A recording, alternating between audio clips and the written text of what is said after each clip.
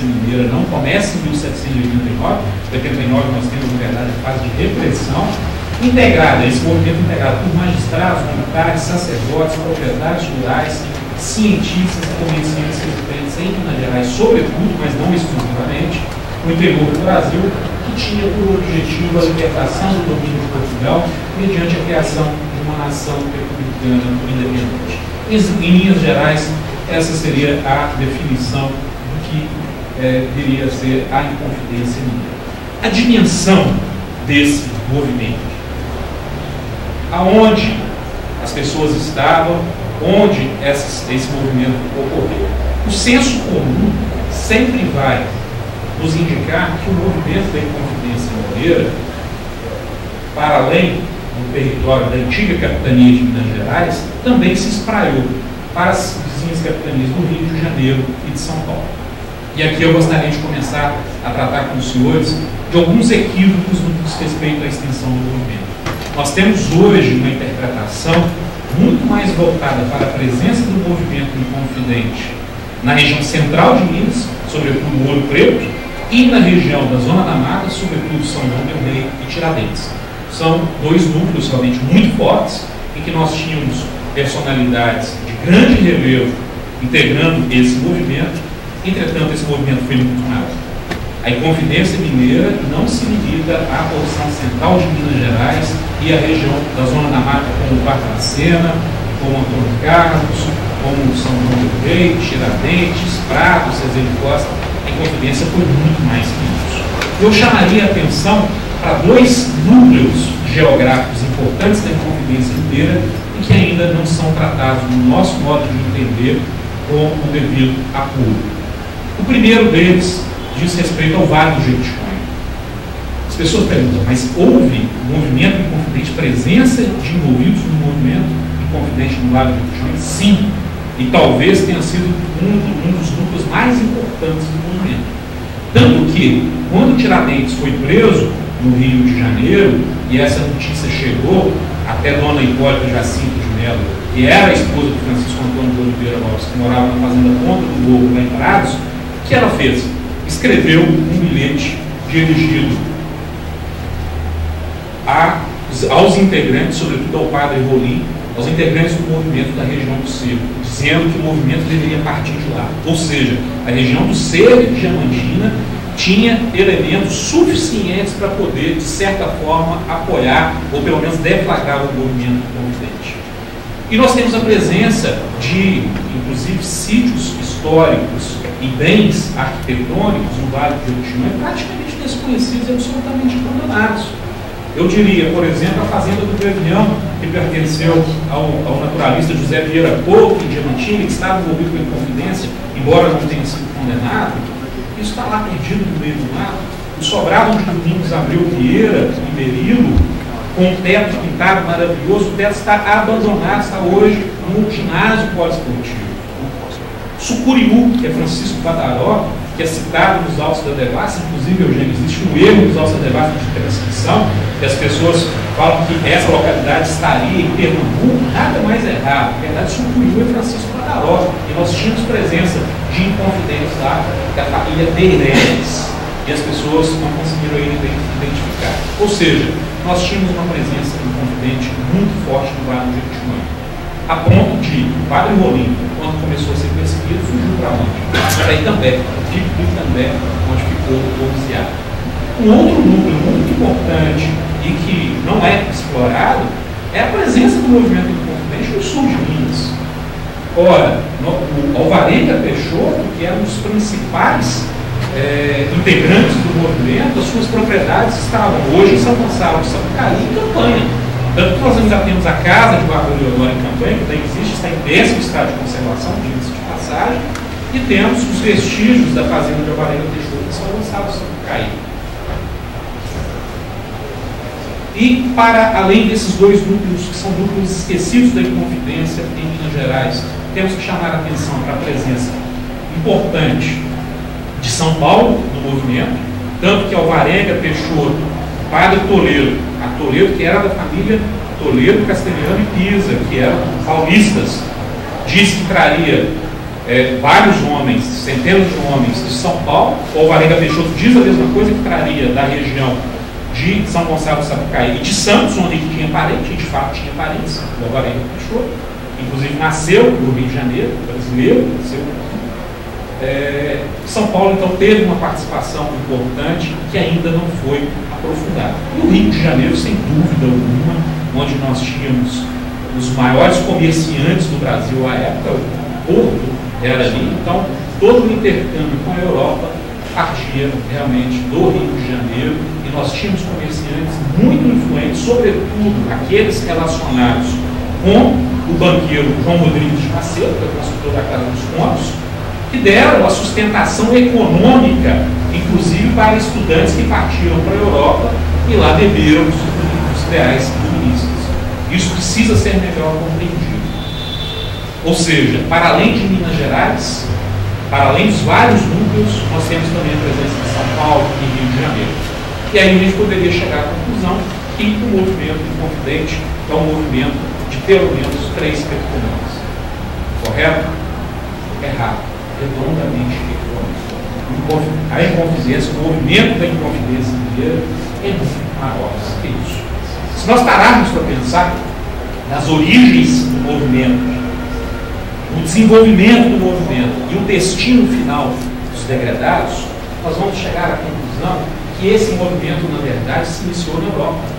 Esse movimento da Inconfidência Mineira se iniciou, sobretudo, na Universidade de Coimbra e na Universidade de Montpellier, na França, onde diversos integrantes estudaram. Então, se nós formos trabalhar com a Inconfidência Mineira sobre uma lógica de um movimento que tem início, meio e fim, nós vamos ter que começar a pensar em Inconfidência Mineira na Europa e não no Brasil. No Brasil nós tivemos o seu desenvolvimento. E para além disso, o movimento não terminou e os partícipes do movimento não tiveram o seu fim no Brasil. Com a exceção daqueles que retornaram, foram degradados e retornaram, como José Presidente Costa Filho e Padre Manuel Rodrigues da Costa, Padre Rolim, pelo que eu me recordo aqui, são os 3 que retornaram ao Brasil. Bem, na verdade, o destino, os últimos dias de vida desses personagens se deram em terras africanas. E o que terá acontecido depois do degredo? Normalmente a atenção dos historiadores se volta. Foram embarcados na nau, nome tal, no dia tal, com destino tal. Mas e para além disso, o que aconteceu lá? Será que esses inconfidentes chegaram, morreram imediatamente? Será que eles se desenvolveram, tiveram relações sociais, econômicas? Isso é preciso ser pensado, porque isso ajuda a entender a origem do movimento, o desenvolvimento desse movimento no território mineiro.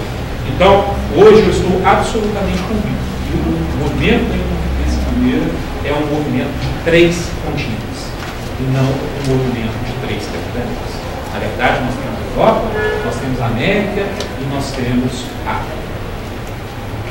Acho que isso é importante. O movimento foi integrado por uma elite de cristãos. Nós tínhamos a nata da sociedade mineira envolvida com isso. Cito Cláudio Manuel da Costa, o grande jurista, ele é o mais antigo, dos formados em direito, se formou em Coimbra em 1753. Inácio José de Alvarenga Peixoto, que se forma em Coimbra em 67, os 2 grandes poetas, e ao lado de Tomás Antônio Gonzaga, sem dúvida alguma, eles formam uma tríade maior do período ápice da literatura brasileira, que se formou em 1768. Você veja que Alvarenga e Tomás são praticamente contemporâneos e já começam a estudar naquele período em que os movimentos libertários na França ganham corpo.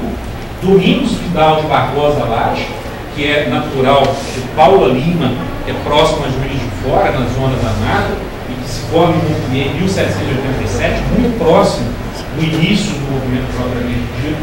E por último, deixei aqui, vejo que está fora da ordem cronológica, mas isso tem uma razão, José Joaquim da Maia e Barbalho, segundo alguns documentos, se forma em Montpellier, na França, em 1786. O Maia Barbalho tem 2 características diferentes. Primeiro, ele nasceu no Rio de Janeiro, era filho de um mestre pedreiro, o irmão dele, inclusive, desculpa, o tio, irmão do pai dele, foi um dos responsáveis pelo calçamento do adro de Bom Jesus de Matosinhos, em Congonhas do Campo. Tomás de Maia Brito, isso está lá nos documentos, era tio. A mãe era de Mariana, então ele tinha origem mineira, mas ele era carioca e foi estudar em Montpellier, custeado com recursos dos comerciantes do Rio de Janeiro. Então ele foi realmente enviado e com um objetivo muito claro de estruturar esse movimento. Visava realmente romper com Portugal, e esse movimento foi muito maior do que muita gente fez.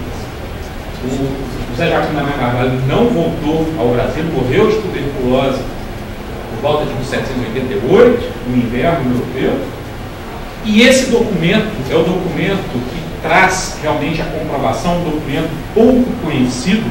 Ele se encontra no acervo da Biblioteca do Congresso norte-americano, poucas pessoas tiveram acesso a esse documento. Ele é de outubro de 1786, é um documento do Maia, que se vale do pseudônimo Vendel para se dirigir a ninguém mais, ninguém menos que Thomas Jefferson, que era embaixador dos Estados Unidos na França. E o que está fazendo o Vendel, o Maia, nesse documento? Se anunciando ao Jefferson, por indicação de um professor de Montpellier chamado Vigarou, que era das cabeças mais libertárias que nós tínhamos em Montpellier à época, maçom declarado, e que faz o contato entre o Maia e o Jefferson, que se encontram nas ruínas de Nimes em março de 1787 para tratar especificamente do que os Estados Unidos poderiam fazer para auxiliar o movimento libertário em Minas Gerais. Então vejam, quando eu digo que é um movimento de 3 continentes, na América nós temos a participação da América do Norte também. Esse documento é um documento muito importante, e o documento de resposta do Jefferson é ainda mais interessante, mas ele vai ser objeto de uma outra palestra que a professora Elizabeth mandou na Academia Mineira Municipalista de Minas. Tudo isso nos faz chegar à conclusão de que esse movimento foi realmente impressionante. Quanto mais eu estudo a Inconfidência Mineira, e eu já o faço há mais de 20 anos, mais eu chego à conclusão de que nós estamos diante de um fenômeno excepcional e que cada vez me assusta diante da profundidade, do compromisso de alguns. É realmente algo que chega até a me emocionar. E a Cecília Meirelles, no Romanceiro da Inconfidência, que eu acho que deve servir como livro de cabeceira para todos nós, diz, de maneira muito feliz, na sua introdução ao livro, que ela leu na Casa dos Contos, numa palestra que foi feita, se não me falha a memória, na década de 70, final da década de 60. Concentrou entre esses muros de pedra, tão longe do convívio fácil, os lugares ilustres do século XVIII, um grupo de homens que estiveram, na sua época, tão ocorrente nos fatos e nos vultos seus contemporâneos, que puderam repercutir neste pequeno recanto as ideias mais avançadas da Europa, e foram murmurados nesses ares os nomes mais famosos do mundo, e lidos a esta luz os livros mais arrojados do tempo, como a naturalidade que impressiona, promove e quase assusta. E é verdade, quem se dedica a estudar com profundidade a Inconfidência Mineira não vai chegar a outra coisa.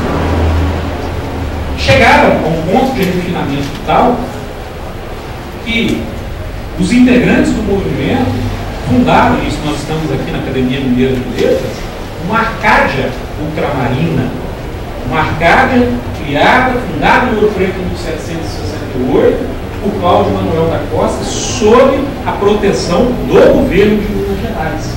Integraram a Arcádia ultramarina, e o Cláudio Manuel da Costa foi eleito vice-custódio, ele utilizava-se do pseudônimo do Alcésio Saturno, e fizeram ainda parte da instituição Tomás Antônio Gonzaga, o seu Basílio da Gama, Firmino Cepilho, Manuel Inácio da Silva Varenga, Alcindo Palmeireno, Inácio José de Alvarenga Peixoto, Eurex de Felício. Este foi o único cujo pseudônimo eu consegui identificar e matar a charada. Nós temos um anagrama desse pseudônimo, mas isso fica para uma outra oportunidade. Mas como a título de curiosidade, nós temos que nos recordar que a esposa de Alvarenga era Heliodora, Bárbara Heliodora, a deusa do sol. Os senhores sabem que é Eureste, e vão chegar à primeira conclusão da explicação desse nome. A segunda que foi uma outra oportunidade. Domingos Vidal de Barbosa Lage, Niférgio Caristide, e Joaquim Inácio de Seixas Brandão, que era primo da Marília de Dirceu, Griásio Perimanteu. Ele se formou, o Brandão se formou também em Montpellier, o primeiro formado em Montpellier. Todos envolvidos direta ou indiretamente com a Inconfidência Mundial. Vejam a que nível de refinamento chegou o movimento. Né? E sobre esse argumento da Arcádia, eles poderiam se reunir, aparentemente, com o movimento justificado. Se trata disso e outra oportunidade. Mas fato é, nem só de niilismo viviam os nossos inconfidentes. Os senhores podem ter certeza disso. Quais eram as principais aspirações? Aqui nós falamos da configuração do movimento enquanto uma elite de intelectuais. O que eles aspiravam, o que eles queriam para o nosso país? Seriam criadas imediatamente fábricas de pólvora, tecido e usinas siderúrgicas. Usinas siderúrgicas. Tendo havido previsão para a instalação do primeiro forno na região do Borba do Campo, que é Barbacena. O José Álvares Maciel, é um cientista fantástico, vou falar a respeito dele, foi encarregado de presidir os trabalhos para isso, e com auxílio de mestres estrangeiros, garantindo aos seus companheiros que em Minas, isso afirmou o Álvares Maciel naquela época, havia abundância de ferro, salitre, cobre, pedras preciosas e tudo que era necessário para o desenvolvimento industrial. Ele pesquisava avidamente esses minerais e o próprio Visconde de Barbacena atestou, isso está nos autos de debate, que se não foram os afazeres que estavam unidos e a falta de tempo, e o Álvares Maciel chegou a morar juntamente com o Visconde de Barbacena no Palácio de Cachoeira do Campo e foi tido como tutor dos filhos do Visconde de Barbacena, tamanho do seu conhecimento científico, ele já teria fundido em grande. Ou seja, isso está nos autos de debate. Então, um dos principais sonhos do movimento Inconfidente dizia respeito exatamente à produção siderúrgica em razão da abundância de ferro que, segundo Álvares Maciel, existia em Minas Gerais. Quem foi essa figura José Álvares Maciel? José Álvares Maciel, para mim, foi um dos expoentes da Inconfidência mineira em razão do seu autoconhecimento, e a gente pode dizer com segurança que o Álvares Maciel foi o mineiro, o integrante que teve o maior relacionamento com as ideias liberais e libertárias da Europa do século XVIII. Sem dúvida, nós temos dois grandes ideólogos, no meu modo de entender, em relação à Inconfidência mineira. Um cientista, Álvares Maciel, e um religioso, Cônigo Vieira. Esses dois, para mim, estão realmente como as duas grandes cabeças pensantes do movimento Inconfidente em Minas Gerais. Ele era filho, vejam só, era de uma família absolutamente ilustre e tradicional. Filho do capitão Mor de Larica, que tinha o mesmo nome, José Álvares Maciel, e da sua mulher, Juliana Francisca de Oliveira Leite, que era de uma tradicional família de Mariana, e ele nasceu em Vila Rica por volta de 1760. Estou à busca do batizado do Álvares Maciel, ainda não me encontrei, mas muito provavelmente ele nasceu na fazenda Caldeirões. Essa fazenda Caldeirões fica no distrito de Miguel Burnier, distrito de Ouro Preto, que era propriedade do seu pai, José Álvares Maciel, pai. Muito provavelmente o Maciel filho tenha nascido e tenha sido batizado na capela de São Julião, da fazenda dos Caldeirões. Estamos aí no encalço desse documento e eu acredito que a gente possa descobrir em breve. Pela parte paterna, ele era trineto, pela parte materna, tem um equívoco aqui. Pela parte materna, ele era trineto de ninguém mais, ninguém menos que Fernão Dias, pai, né? Então, o Maciel descendia de troncos muito ilustres na capitania de Minas Gerais. Era cunhado de Francisco de Paula Freire de Andrade, que era o tenente-coronel do Regimento de Cavalaria de Minas Gerais, ou seja, que era o chefe da polícia em Minas Gerais à época. E o Freire de Andrade era simplesmente filho do conde de Botadela, apesar de ser filho bastardo. Formou-se o Maciel em filosofia pela Universidade de Coimbra no ano de 85, título que atualmente corresponde aos estudos sobre aritmética, geometria, filosofia racional, moral, história natural, física e química. Teve uma formação acadêmica muito forte, muito consistente. Essa é a capela de São Julião, onde eu acredito que tenha sido batizado Maciel, porque fica na área da fazenda dos Caldeirões, que era de seu pai. Os senhores vejam a situação de abandono de pendura que está essa capela, que está sem dúvida alguma ligada ao movimento inconfidente, pelo fato de ter sido propriedade do Álvares pai. Posteriormente passou por Francisco Paulo Freire de Andrade como propriedade, como dote, em razão do casamento dele com a irmã do José Álvares Maciel. E vejam o estado de abandono, vejam como tem sido tratado o patrimônio cultural inconfidente em Minas Gerais. E isso aqui não é uma exceção, isso infelizmente é a regra do patrimônio cultural em Minas Gerais. A professora Elizabeth falava agora há pouco do padre Manuel Rodrigues da Costa. Infelizmente, a fazenda do padre Manuel Rodrigues da Costa, que fica em Barbacena, fazenda do Ministro Velho, está a ponto de tombar ao chão, tombada juridicamente ela foi, em razão do abandono. O Ministério Público tem batalhado muito para tentar reverter isso, mas nós estamos praticamente discursando no vazio, pregando no deserto. Eu gostaria de compartilhar com os senhores que nós não temos tido a devida atenção por parte do poder público, sobretudo, em relação ao patrimônio inconfidente de Minas Gerais. Cada dia que passa, nós temos um patrimônio mais degradado e não mais valorizado. Isso é uma triste realidade, um Estado que tem inconfidência com o seu movimento marcante. Vejam então a situação da Capela de São Domingos. Esse é o diploma do Álvares Maciel, está no Museu da Inconfidência. É um documento fantástico, já tive com ele em mãos para fins de pesquisa. E vejam que o responsável pela formação intelectual do Maciel foi Domenico Vandelli. Domenico Augusto Vandelli, italiano, de Pádua, chamado Domingos Vandelli, em Portugal.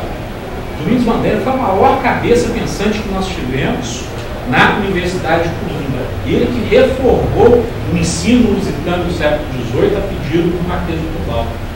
Era um crânio, era um cara que sabia de tudo, estava conectado com toda a elite intelectual do mundo todo, tanto que ele foi preso, acusado de maçom, e fugiu posteriormente, foi acolhido na Inglaterra, em razão de uma organização inglesa que o salvou. Depois eu posso tratar disso, outra oportunidade. Mas se quisermos compreender o movimento confidente, nós temos que ir atrás do grande mestre de boa parte dos alunos que estudaram em Coimbra, que foi Domingos Vandelli. Esse, o meu modo de entender, ele e o Vigarou em Montpellier. Vigarou em Montpellier, Vandelli em Coimbra. São os grandes mestres dos inconfidentes criados. Para a gente entender o movimento, a gente tem que estudar bem esses dois personagens. Maciel, aluno de excepcional capacidade, impressionou, chegou a impressionar o próprio Vandelli, que o convidou para realizar pesquisas mineralógicas na Serra da Estrela, em Portugal. Vandelli cita como descobridor de ricas jazidas de arsênio na região, além de autor de várias classificações de rocha. Ou seja, na universidade, ainda como aluno, ele já fazia grandes descobertas. Após formar-se, viajou, e aqui talvez o grande diferencial, não se limitou ao contato com a elite portuguesa. Foi para a França, foi para a Inglaterra, aprofundou seus estudos sobre química e produção industrial de tecidos e metais, inclusive visitando em loco os fóruns de Birmingham, na Inglaterra, além de absorver os ideais violonistas então pulsantes nas elites intelectuais. É o único inconfidente que, isso está nos autos da devassa, o depoimento do Frei Raimundo Penaforte, que foi o frei franciscano que assistiu os inconfidentes logo após a leitura da sentença condenatória, e o Álvares Maciel foi o único que se confessou maçom em razão do contato que ele teve com a elite intelectual da Inglaterra. A condenação. A posição do Maciel era uma posição de extrema culpabilidade no movimento. Vejam só, ele morava sob o mesmo teto do Visconde de Barbacena, que era o governador da capitania, e tramava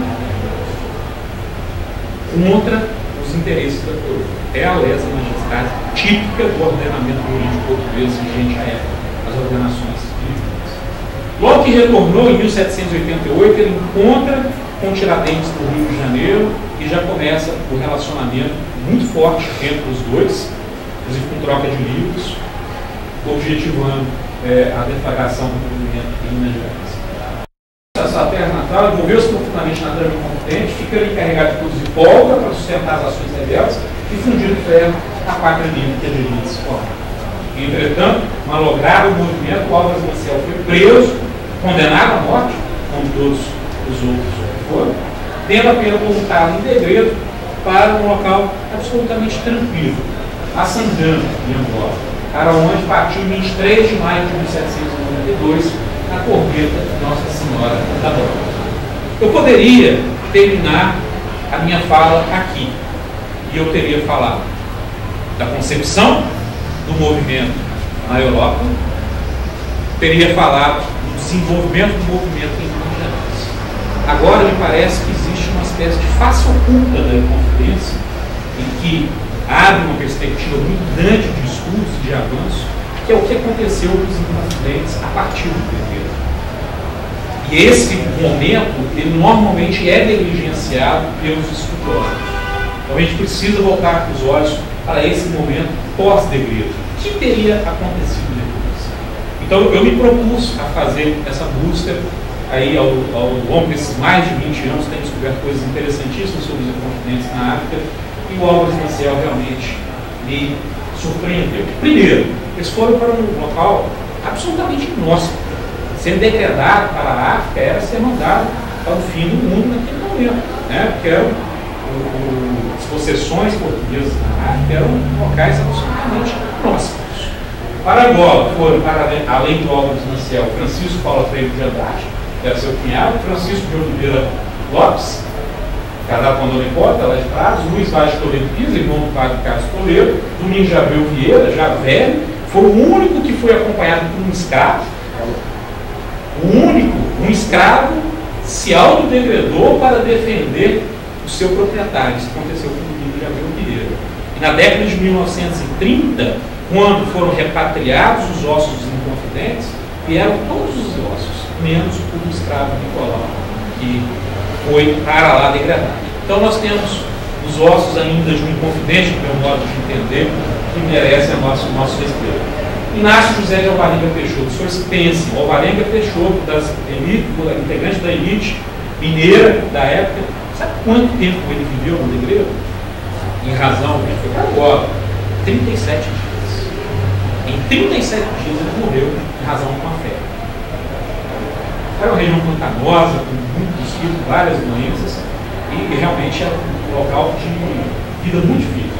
José de Rezende Costa Filho, que é meu primo, nós temos a avó em foi para Cabo Verde, teve relacionamento, inclusive teve família em Cabo Verde, mas voltou, morreu como deputado aqui no Brasil, para Moçambique. Foi o Tomás Antônio Gonzaga, se casou lá e teve uma vida relativamente tranquila. Vicente Vieira da Mota, que era o caixeiro do João Rodrigues de Macedo, o José Aires Gomes, que era o maior proprietário de terras em Minas Gerais, era proprietário praticamente da Montiqueira inteira, e para Guiné foi o José de Rezende Costa Pai, que é meu primo mais próximo, que lá morreu e os ossos foram exumados, foi feita a reconstituição física do rosto. É o único Inconfidente cujo rosto se conhece, uma vez que foi feita uma reprodução pelo professor da UJ, de São Paulo, então a partir do crânio de José de Costa. Eu estou caminhando para o final.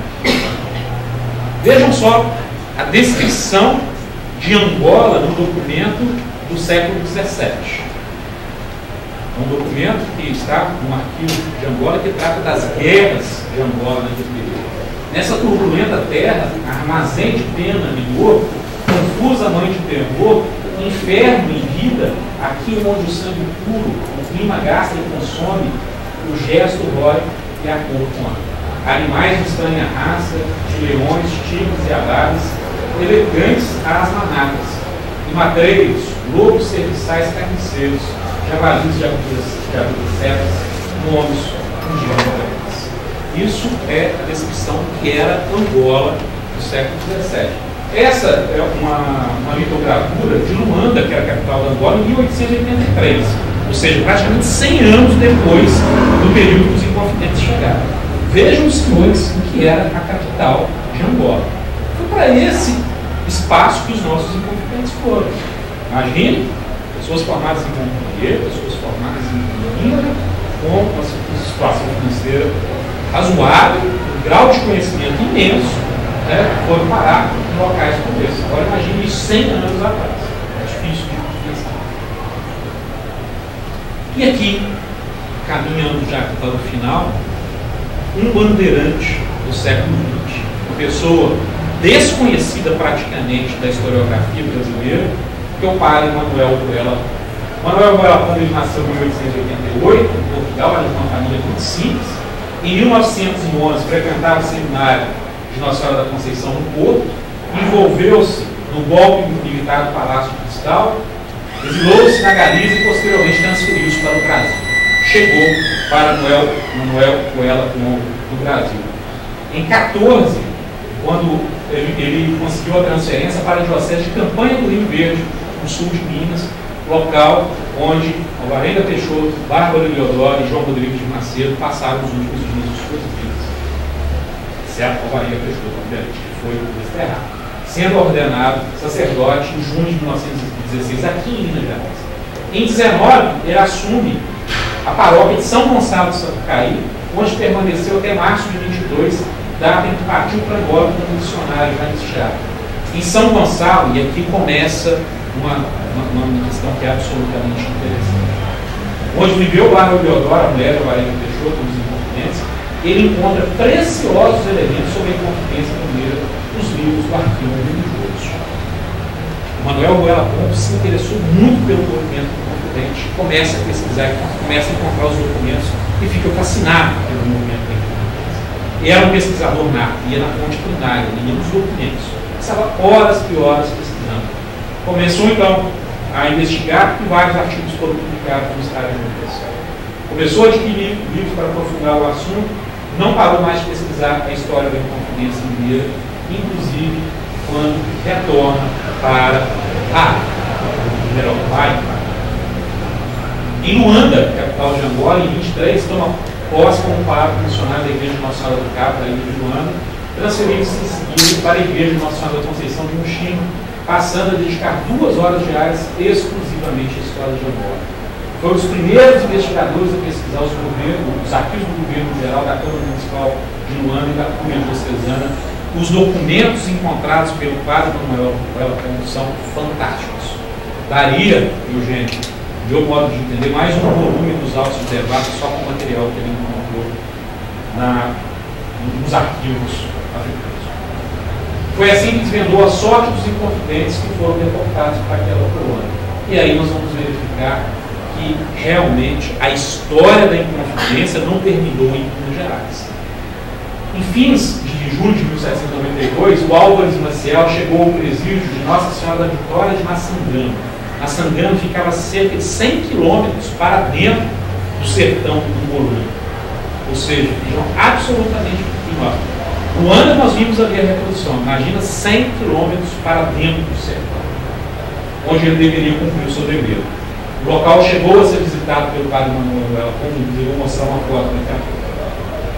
Nos primeiros meses do degredo, o Maciel já demonstra a capacidade produtiva que foi logo percebida pelas autoridades locais. Em 1793, ou seja, no ano seguinte, ele já orientava a produção de telhas, tijolos, panelas e cachimbos de cerâmica em uma olaria que funcionava junto ao presídio.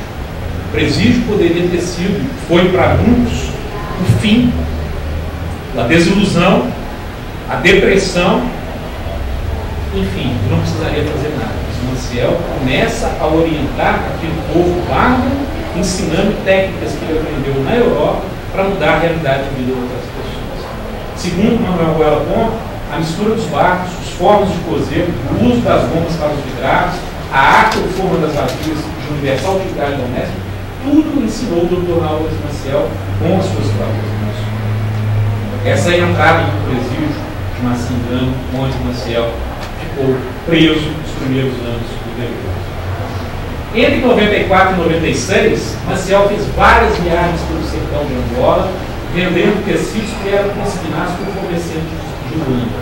Vejam os senhores, aquele intelectual que estudou em Colômbia, visitou França, visitou Inglaterra, aprendeu as técnicas mais eruditas que existiam na época de produção industrial, filho das famílias mais abastadas de Minas Gerais, vivia como mascate, vendendo, fazendo, ou seja, tecidos que eram prestados para ele, e ele entrava para o sertão. Durante as viagens, a pedido de João Miguel Antônio de Melo, o governador capitão-general de Angola, Maciel já levantava as jazidas minerais existentes na Colômbia. Assim como ele já havia feito em Vila Rica, assim como ele fez na Serra da Estrela, ele faz o mesmo em Angola. Em 97, ele já tinha conhecimentos aprofundados sobre as minas de ferro de Oeiras, Calumbo, Ilamba, Caçange e Morumba, além de ter visitado as ruínas de ferro da fábrica de Nova Oeiras. Nova Oeiras foi a primeira tentativa de produção de ferro em Angola e que não deu certo, porque todos os técnicos suecos que foram para lá na época, em meados do século XVIII, morreram, como aconteceu com o Alvarenga Peixoto nos primeiros dias de contato no solo africano. Segundo os estudos de Maciel, em Colombo, onde existia um sítio denominado Trombeta, nas proximidades do rio Zenza ou Bento, com muita disponibilidade de lenha, águas altas, ar puro, havia plena possibilidade de se instalar estruturas para a fabricação de ferro. E Maciel se colocou à disposição das autoridades portuguesas para liderar a empreitada, mesmo ostentando o título de degradado de réu em indireta majestade. A sua proposta foi logo aprovada pelo Dom Rodrigo de Souza Coutinho, que era o ministro da Secretaria do Ultramar, partindo Maciel para Trombeta, juntamente com 2 pedreiros e um ferreiro, a fim de construir as estruturas de uma fábrica de ferro. Em março de 1800, vejam, senhores, março de 1800, já havia no local as casas de Maciel, dos oficiais copeiros e ferreiro, um depósito de carvão, uma tenda de ferreiro, uma coberta para a produção de tijolos e telhas e uma casa para os fornos de fundição. O minério de ferro era extraído das minas de Oeiras, Calomba, Sambaquiba e Quiabá. Ou seja, ele conseguiu concretizar a estrutura para início da produção de ferro em escala industrial em Angola em 1800. Se nós pararmos para pensar, em 2012, nós comemoramos aqui em Minas Gerais a primeira fundição, aliás, com uma estrutura muito parecida com essa, situada em Ouro Preto, curiosamente no distrito de Miguel Burnier, onde nasceu José Álvares Maciel, e o ferro que foi produzido graças à inteligência de um barão alemão chamado Luiz von Eschwege. Ou seja, Maciel, vindo da terra, conseguiu fazer isso 12 anos antes. E os mineiros praticamente não sabem disso. Vejam, senhores, onde, em que local está situado as ruínas da fábrica de Maciel. Então, eu digo aos senhores que o sonho confidente de produção de ferro foi idealizado na Europa, gestado no Brasil, mas se realizou lá. Eu estava parando para pensar e eu falei, como que eu vou conceituar, né, essa exposição do Maciel? Eu pensei, plantando sementes em chão de exílio. Acho que isso resume um pouco da vida do Maciel.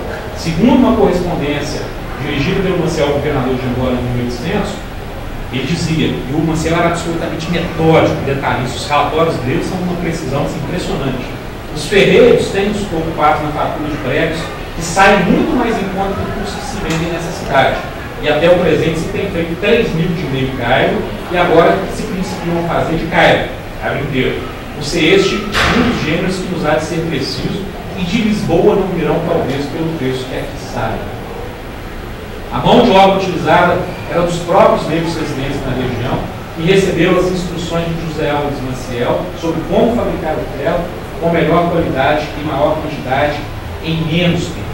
E outra coisa, não utilizou mão de obra escrava que foi utilizada pela Eschwege. Os negros recebiam. E esse era um outro sonho. Os Dos 70 deles empregados na data, 10 cortavam madeira, 10 extraíam pedra, 6 produziam tijolos e telhas e os demais produziam carvão, carregavam produtos e auxiliavam na produção. Em janeiro de 1801 já existiam 11 milheiros de pregos estocados na fábrica e no mês seguinte o governador de Angola autorizava a compra pelo regente de Bolum de todos os pregos produzidos pelos negros da região pelo preço de R$30 por cento. Ou seja, remuneração para aquela comunidade, né, que ali residia. Então o que o Álvares Maciel fez naquela época foi dar qualificação, inserção social e retorno econômico com produção em larga escala, realizando esse sonho. Então o sonho do Inconfidente de Deus, Álvares Maciel, consistente em produzir ferro em escala industrial, tornou-se realidade no solo americano. Tamanho foi o sucesso da produção do ferro em Peromeiro que Maciel foi encarregado da construção de outra fábrica. Vejam só, em Catar. E para tanto, em 2 de abril de 1801, o cientista fez uma extensa lista de profissionais e instrumentos que lhe eram necessários. De vários instrumentos. Entretanto, isso se deu em 1801, somente 3 anos depois, os primeiros materiais começaram a chegar no ano em razão da burocracia do governo português. José Álvares Maciel passou a padecer vários problemas de escorbuto por obstrução das vias respiratórias, faleceu no início de 1804, sendo sepultado na matriz de Massangano. Essa é a igreja de Massangano, segundo uma foto que eu obtive há 2 anos atrás. Vejam que, apesar de estar num local absolutamente pobre, precário, ainda está em melhor estado de conservação que a Capela de São União, onde foi utilizada aqui no Brasil, há pouco se promete. E para minha alegria de fazer essa consulta ontem à noite, vejam como está a igreja de Massangano. Foi restaurada recentemente pelo governo colombiano, que já começa a descobrir o potencial histórico dessa região. Então, talvez tenhamos que aprender com ela. Para terminar, em agosto de 1936, o padre Manuel Bela Ponte disse: o clima, a vida trabalhosa nos fornos e a falta de recursos abatem o físico do povo Maciel, que obtém licença para seguir tratar de seus achaques da cidade de Luanda, onde morreu em fins de 1803 ou no princípio de 1804. Hoje nós sabemos que foi, de fato, no princípio de 1804. O nome do Dr. José Álvares Maciel merece condigna referência nas páginas econômicas da história de Angola, quando alguém as escreveu. Poetas como Alvarenga e Gonzaga perderam o exílio da inspiração. O exílio, como está provado, não destruiu o gênio maravilhoso e empreendedor do Dr. Maciel. Hoje, em Angola, só existe uma rua com o nome de um inconfidente, José Álvares Maciel, escrito embaixo da placa, uma rua no centro da cidade, naturalista. Os documentos localizados e divulgados pelo padre Manuel Bela Ponte sobre o destino brasileiro de José Álvares Maciel no dever angolano, onde conseguiu fundir o ferro em escala industrial, realizando um antigo sonho dos integrantes da Conferência Mineira, trazem a comprovação de conexões históricas importantíssimas entre Minas Gerais e Angola. Eu poderia tratar aqui de vários outros inconfidentes que tiveram uma vida. Houve inconfidente que foi eleito vereador, inconfidente que se elegeu como membro de irmandades religiosas, e muito mais. A perspectiva da possibilidade de se encontrar novos suportes documentais tratando do tema deve alimentar o interesse por novas investigações sobre o assunto, incluindo, inclusive, a arqueologia histórica e a cartografia. Agradeço muito aos senhores pela atenção e, se eu pudesse dizer alguma coisa para finalizar, viva José Álvares Maciel.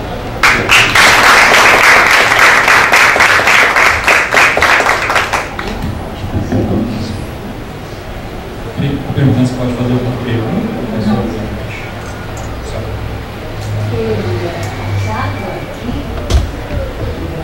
Não, José Álvares Maciel não se casou lá e partiu com 29 anos para o Degredo. Não temos nenhuma informação de que ele tenha tido algum tipo de relacionamento ou deixado descendente. O que aconteceu com outros. O José de Rezende Costa, filho mesmo, que é meu primo, teve relacionamento lá em Cabo Verde, deixou vasta descendência. Nós temos também o Luiz Vaz de Toledo e Pisa, que era irmão do padre Carlos Toledo, também teve um relacionamento e batizou o filho como padrinho. Então, diz que era padre, ele batizou como padrinho. Então houve esse relacionamento. O Tomás Agora Gonzaga se casou, enfim, teve uma vasta descendência em Moçambique, mas no caso do Álvares Maciel, não, nós não temos nenhuma informação sobre isso. Sim, de maneira solitária, se dedicava ao seu ideal. Pois não, Márcio.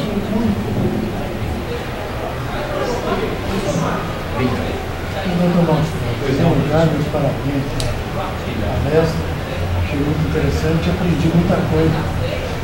Eu não conhecia em detalhes a permanência de Maciel em Angola, conheci poucos detalhes, me enriqueceu bastante. Só queria dizer, só por curiosidade, nós estamos aqui entre amigos, claro. No nosso Instituto Histórico de Minas tem um original, uma carta do Zé Maciel para o governador de Angola, detalhando o que ele ia fazer nos próximos dias para fazer funcionar uma fábrica de ferro. Felizmente, o original está preservado na caixa número 1 dos documentos antigos. Você me deu uma notícia aqui excelente. O professor Márcio Jardim, nosso colega do Instituto Histórico e Geográfico, é o grande guardião do acervo documental. Ele que organizou todo o acervo documental. Inclusive, os originais dos autos de exumação dos inconfidenciais estão no acervo do Instituto. Eu não conhecia, Márcio, me deu uma excelente notícia.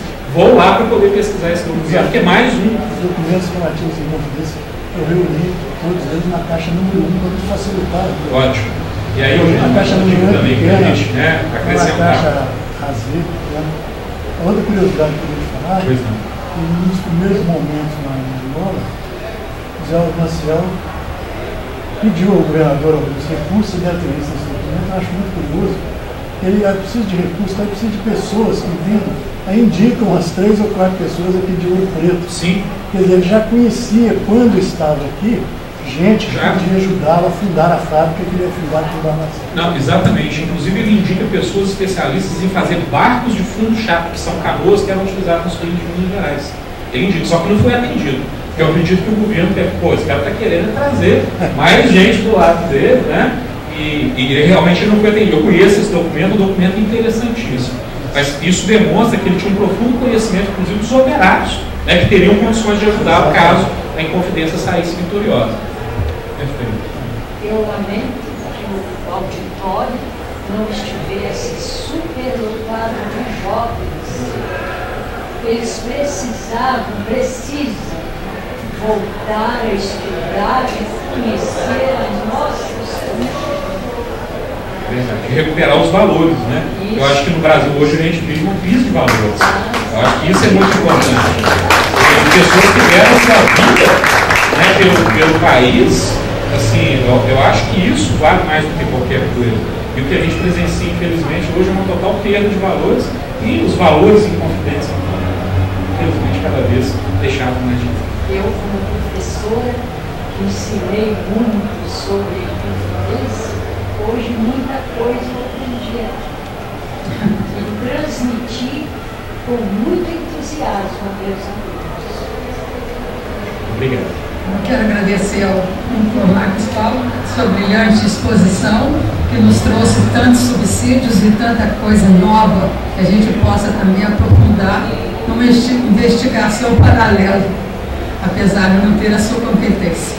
Eu agradeço muito e quero lhe entregar um diploma modesto nossa de participação e 2 livros de participação do seu mês. Agradeço demais e espero agora no 28. Perfeito. É sempre à disposição. Maravilhosa a sua presença. Eu agradeço pelo convite. Obrigado. Agradeço a presença de todos e quero convidá-los para nossas próximas reuniões em maio, que serão dedicadas a Guimarães Rosa. Havia um seminário, uma exposição de um grupo de Montes Claros, então vai ser um mês dedicado à literatura rosiana. E no dia 28 nós teremos o prazer de ouvir novamente o Dr. Marcos Paulo, da Academia Municipalista de Letras, que vai nos falar sobre outro aspecto da Inconfidência Mineira, cujo título será Influências Maçônicas na Inconfidência Mineira. Então, eu agradeço a presença de todos, o Dr. Márcio Jardim, que é um grande historiador, que já fez várias palestras para nós aqui, os acadêmicos aqui presentes, os convidados, a nossa colaboradora, Lília Soia, professora, e espero contá-los novamente na presença do nosso auditório. Obrigada.